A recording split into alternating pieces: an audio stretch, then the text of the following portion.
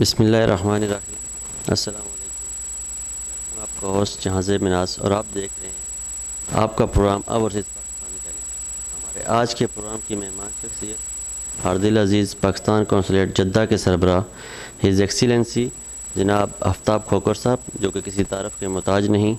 इनसे पहले इस सीट पर बहुत सारी शख्सियात बुर्जुमान हुई हैं, मगर जो इज़्ज़त अल्लाह ने इनको नसीब की है शायद ही किसी और के नसीब में हो। पाकिस्तानी कम्युनिटी के किसी प्रोग्राम में बिला तफरीक शिरकत, आवाम के साथ घुल मिल जाना और उनके दर्द को अपना दर्द समझना इनकी फितरत में शामिल है। इनकी बेहतरीन काविशों में पाकिस्तान कौंसलेट जद्दा में जॉब फेयर का इनकाद, जिससे हज़ारों बेरोज़गार पाकिस्तानी मुस्तफ़ीद हुए। शाही मुल्क में लाखों पाकिस्तानियों के गैर कानूनी क़याम को कानूनी हैसियत दिलवाना, और जहाँ तक मेरी महदूद मालूमात हैं कि ये सारे काम इंतहाई महदूद वसाइल में इन्होंने सर अंजाम दिए। तो हम चलते हैं अपने मेहमान शख्सियत की तरफ। अस्सलाम वालेकुम सर।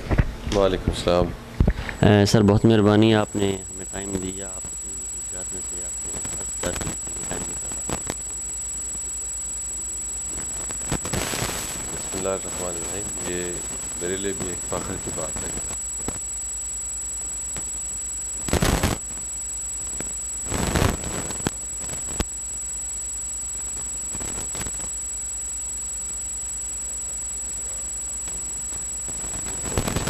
नेक नीति के साथ पाकिस्तानी जो यहाँ कम्युनिटी है उनके सर यहाँ पे सबसे पहले हम आपसे रिक्वेस्ट करेंगे कि जो पाकिस्तानी अवाम हैं या जो जद्दा से रिलेटेड लोग जानना चाहेंगे आप तालीमी और फिर आपने किन किन कौंसलेट में या किन किन ममालिक में अपनी खिदमत सर अंजाम दी।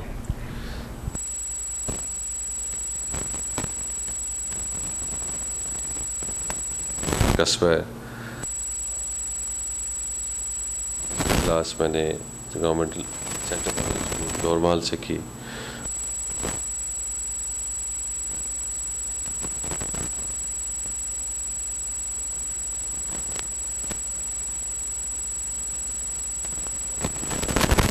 इकनॉमिक्स में किया। 91 मैंने CSS का इम्तहान दे के फ़ॉरेन सर्विस में मेरा इंतखाब हुआ। तब से सफ़र जारी है और उसके आगाज़ में मैंने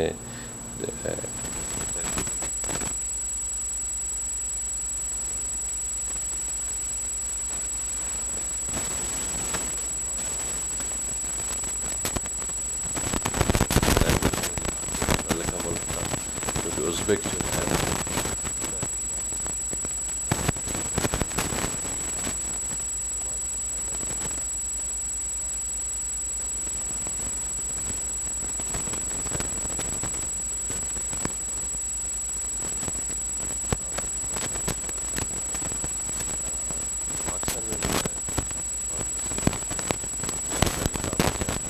उसका जो यूनिवर्सिटी में जो मैंने इस्लामिक कोऑर्डिनेशन है।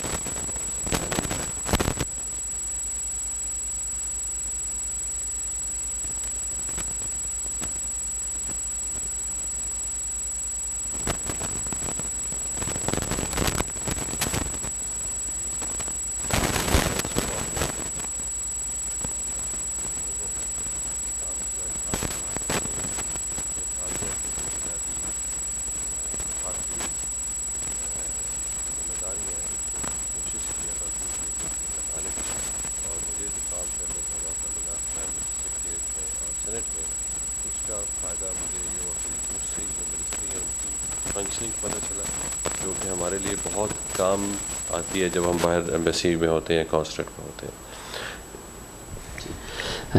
ये तो सर हो गया। सर हमें ये जानना चाहेंगे कि ये जो जद्दा का कौंसलेट है इसका क़याम का जो मकसद, बुनियादी मकसद था गवर्नमेंट ऑफ पाकिस्तान का, वो क्योंकि हमने देखा है कि सऊदी अरेबिया में सिर्फ एक जद्दा है में कौंसलेट है, बाकी रियाद सिटी में एम्बेसी का मेन ऑफिस है। तो इनकी मेन ज़िम्मेदारियाँ क्या हैं जो कौंसलेट की होती हैं? सबसे पहले जो कॉन्सुलेट जद्दा है, इसको कहते हैं वेस्टर्न रीजन को कवर करता है। इसमें जद्दा, मक्का, मदीना, ताइफ, जज़ान, नजरान और अबहा तक इसमें एरिया कवर होता है, और इसमें जो पाकिस्तानी कम्युनिटी का जो अक्सरियत है वो इस इलाके में रहती है। एक मुहतात अंदाजे के मुताबिक गैर सरकारी, इसमें कोई कंफर्म नहीं है, 1.5 से 2 मिलियन पाकिस्तानी हैं पूरे किंगडम में, और उसमें से कोई 1.2 मिलियन जो है वो इस वेस्टर्न रीजन में है। तो कॉन्सुलेट की जो सबसे बुनियादी ज़िम्मेदारी है वो इस कम्युनिटी को कॉन्सुलर सर्विसेज देना। उसमें पासपोर्ट की सहूलत आ जाती है, कागज़ात की तस्दीक आ जाती है, फिर इसमें वेलफेयर के इशू आ जाते हैं, कम्युनिटी वेलफेयर, जॉब क्रिएशन के इशू हैं, साथ ही साथ वीज़ा की सहूलत जो गैर मुल्की सऊदी और दूसरे लोग यहाँ काम कर रहे हैं पाकिस्तान जाना चाहें तो उनको वीज़ा की सहूलत देनी है।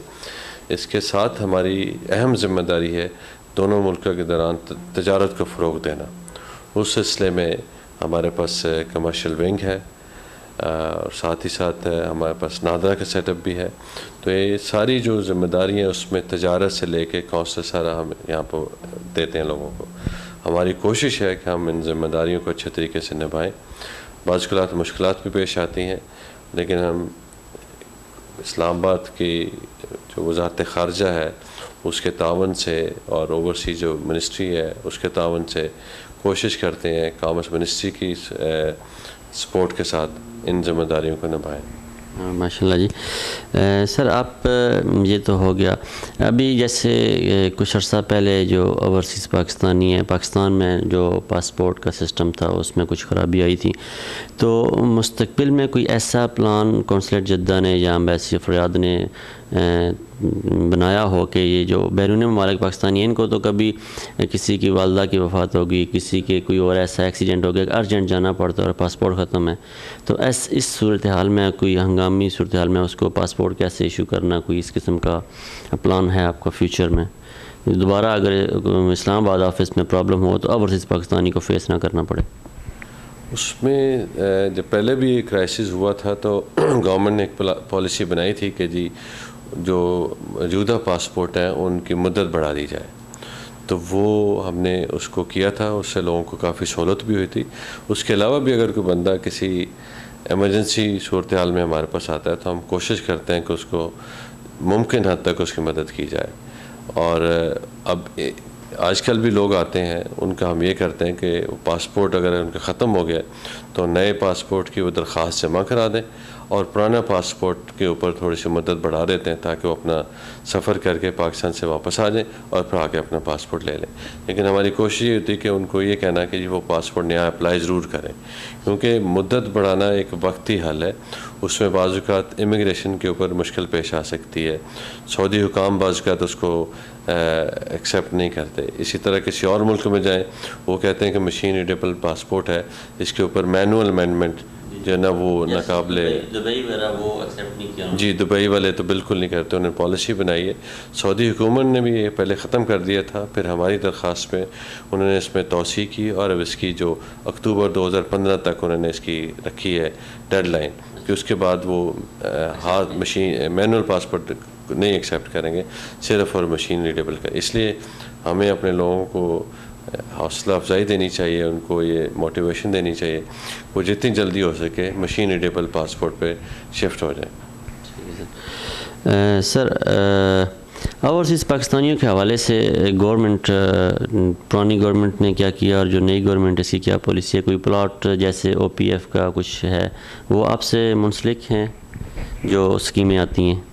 जी बिल्कुल, जो भी स्कीम पाकिस्तान में अनाउंस होती है उसका हमें यहाँ इतला दी जाती है और उसमें ओवरसीज़ पाकिस्तानी के लिए कोटा होता है, तो वो उस कोटे पे जो लोग उसको फ़ायदा उठाना चाहें वो फ़ायदा उठा सकते हैं। हमारे से कोई तस्दीक चाहिए हो, कोई एफिडेविट चाहिए हो, वो हम उन लोगों को देते हैं कि यहाँ का रहायशी है, इसलिए इसकी एंटाइटलमेंट बनती है।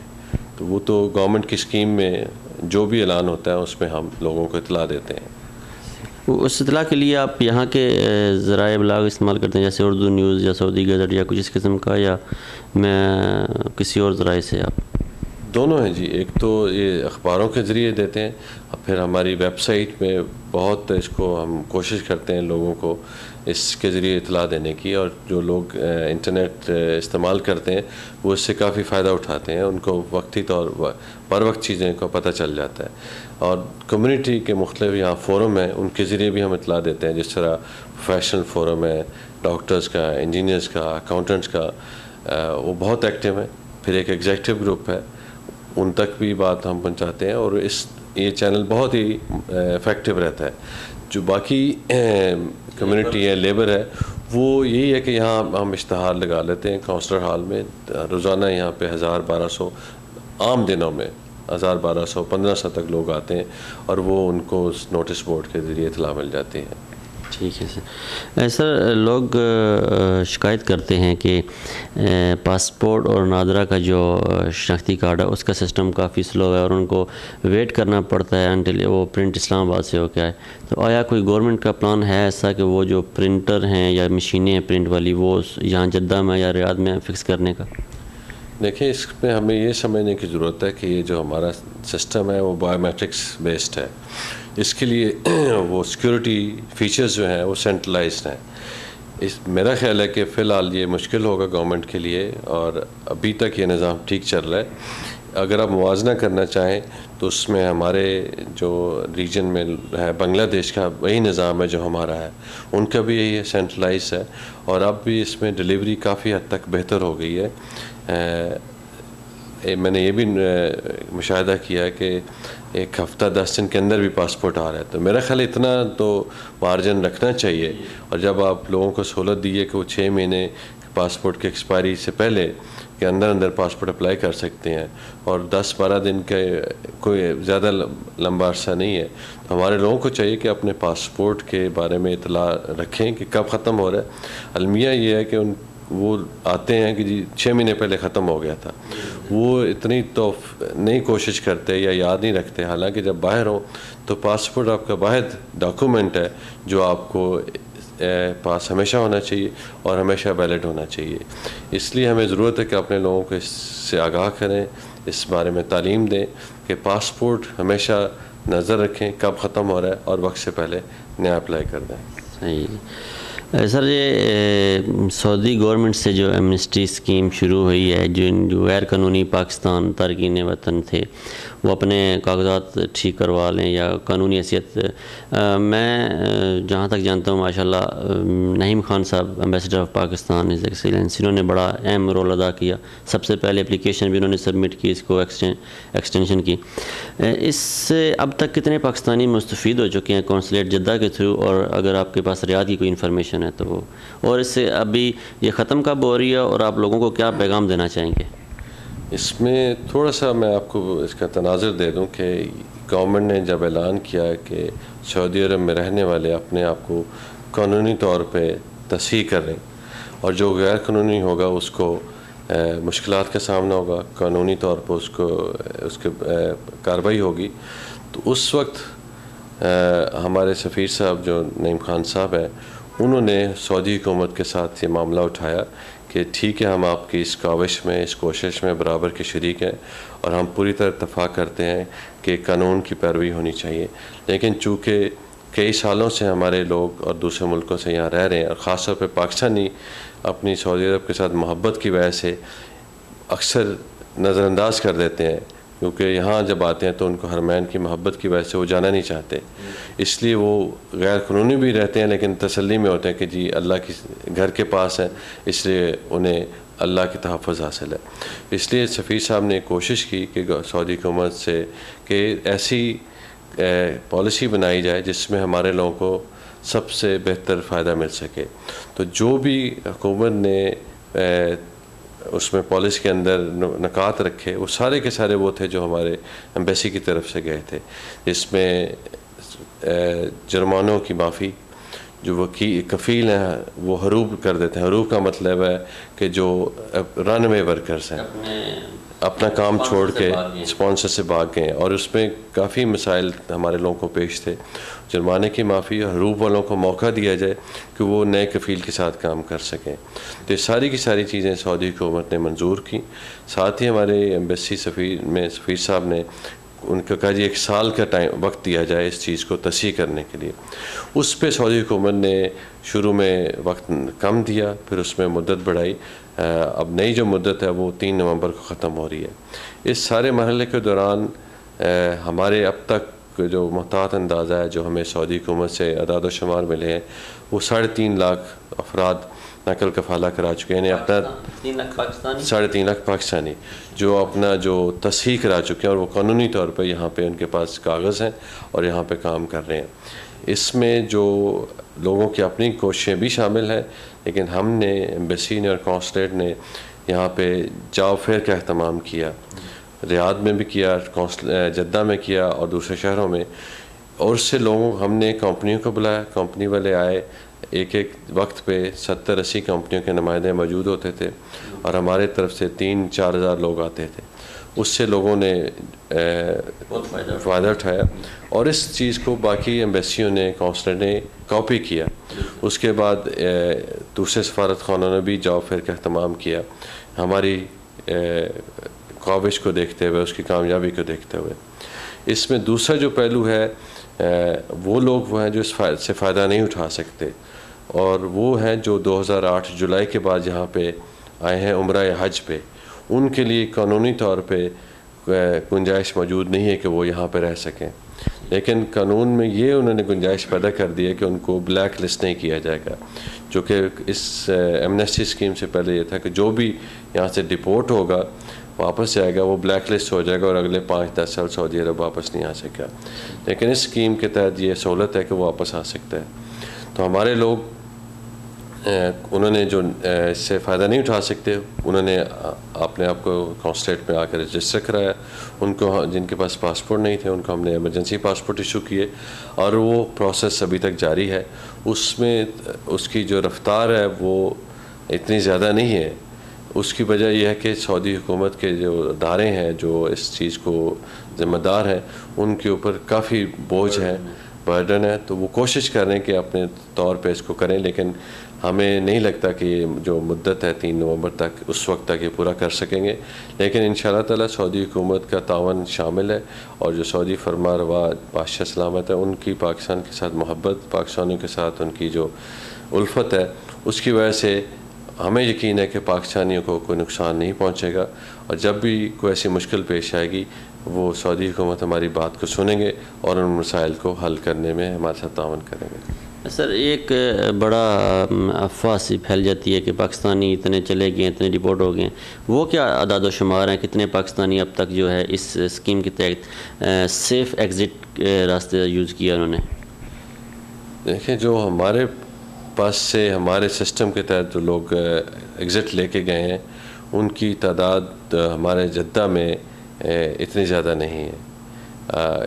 मेरा ख़्याल है कि कुछ 6-7 हज़ार के करीब है जद्दा से, इसी तरह रियाद से होगी।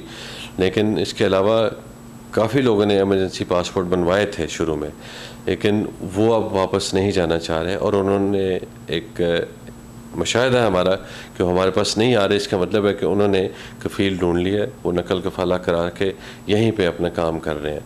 हमारी भी कोशिश ये है जितने भी लोग यहाँ रह सकें वो यहाँ रह के अपनी रोज़गार कमाएं ताकि पाकिस्तान में अपने ख़ानदानों की कफ़ालत कर सकें।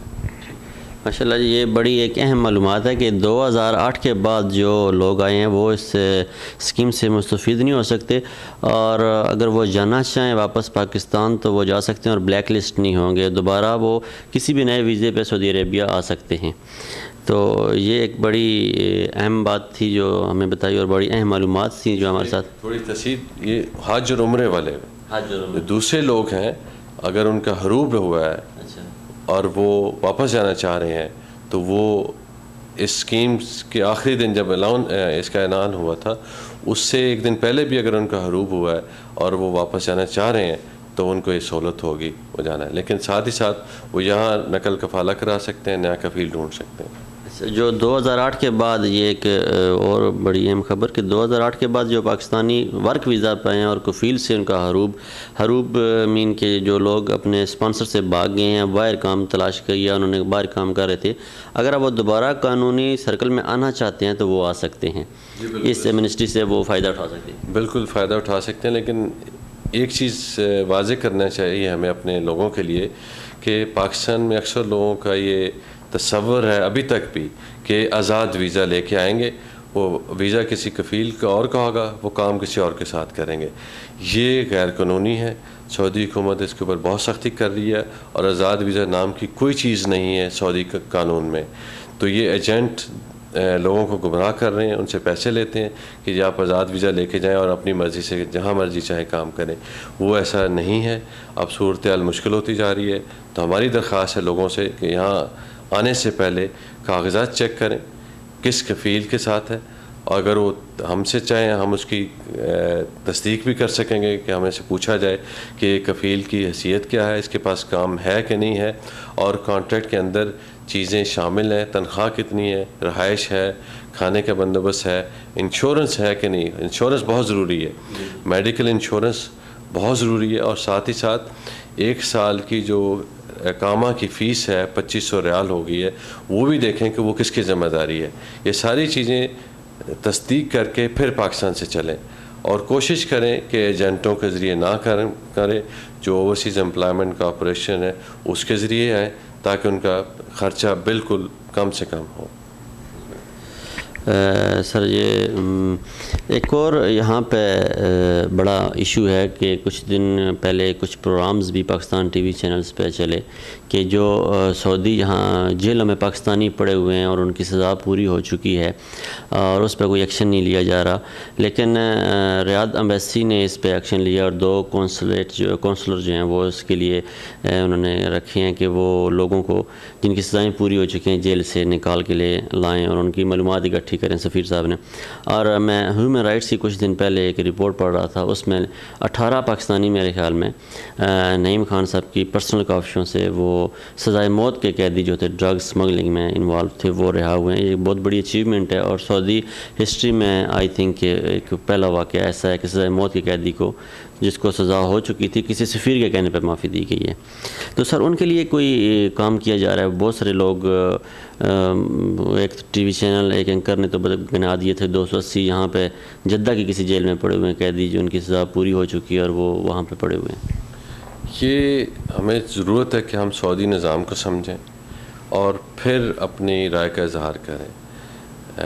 हमारा कॉन्सुलेट का और एम्बेसी का बड़ा वाज़ेह मौक़िफ़ है कि जो जेलों में पाकिस्तानी है हमने उनकी जल्द अज जल्द रिहाई के लिए कोशिश करनी है।